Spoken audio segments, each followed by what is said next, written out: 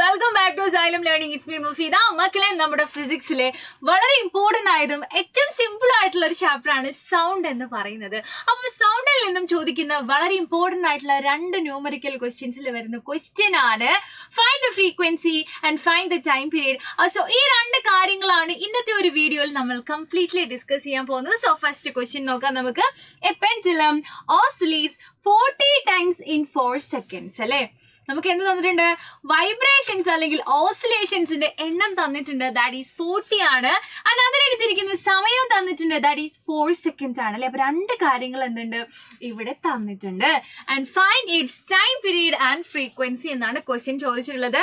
So ആദ്യം നമുക്ക് ആരെ കണ്ടുപിടിക്കാം? ഫ്രീക്വൻസി കണ്ടുപിടിക്കാം. എങ്ങനെയാ ഫ്രീക്വൻസി കണ്ടുപിടിക്കുക? ഫ്രീക്വൻസി എന്ന് പറഞ്ഞാൽ എന്താ നമുക്കറിയാം. എന്താണ്? Number of oscillations per second അല്ലെ? അതായത് ഇക്വേഷൻ എഴുതുന്ന സമയത്ത് frequency is equal to number of oscillations അല്ലെങ്കിൽ number of vibrations divided by time given, തന്നിരിക്കുന്ന സമയം. അങ്ങനെയാണെങ്കിൽ നമുക്ക് ഇവിടെ തന്നിട്ടുണ്ട് 40 ആണ് നമ്പർ ഓഫ് ഓസിലേഷൻസ് എന്ന് പറയുന്നത്, ആൻഡ് ഡിവൈഡഡ് ബൈ അതിനെടുത്തിരിക്കുന്ന സമയം എന്ന് പറയുന്നത് 4 seconds ആണ്. So the answer will be 10 എന്ന് മാത്രം എഴുതിയാൽ പോരാ, ഫ്രീക്വൻസിന്റെ യൂണിറ്റും കൂടെ എഴുതണം. And the unit of frequency is hertz. Simple അല്ലേ? ഇത്ര സിമ്പിൾ ആണ് അല്ലേ? ആൻഡ് നെക്സ്റ്റ് ക്വസ്റ്റ്യൻ എന്ന് പറഞ്ഞാൽ അതിന്റെ ടൈം പീരീഡ് കണ്ടുപിടിക്കാനായിരുന്നു. ടൈം പീരീഡ് അല്ലെ? ടൈം പീരീഡ് എന്ന് പറഞ്ഞ എന്താണ്? 1/f. എഫ് എന്ന് പറഞ്ഞപ്പോൾ നമ്മൾ കണ്ടുപിടിച്ചില്ലേ ഫ്രീക്വൻസി, അതാണ് കേട്ടോ.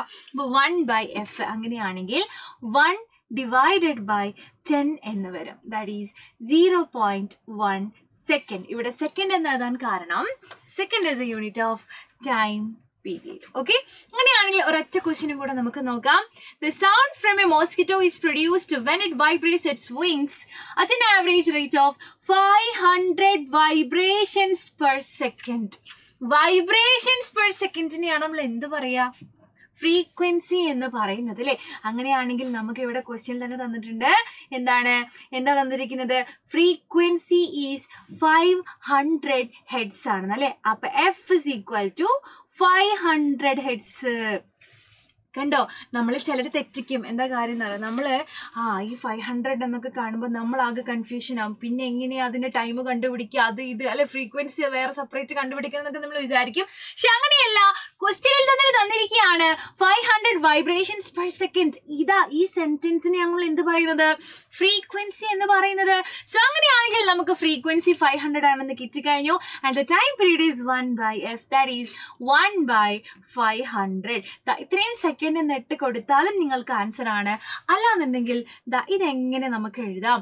0.something ആയിട്ട് നമുക്ക് എഴുതാൻ പറ്റും. സോ അതിന്റെ ആൻസർ എന്ത് ചെയ്യുക? താഴെ കമന്റ് ചെയ്യുക. അറിയില്ലെങ്കിൽ അതുപോലെയുള്ള ക്വസ്റ്റ്യൻസുമായിട്ട് ഞാൻ അടുത്ത ക്ലാസ് വരാം. താഴെ കമന്റ് ചെയ്യുന്നുണ്ട് കേട്ടോ. Okay, by.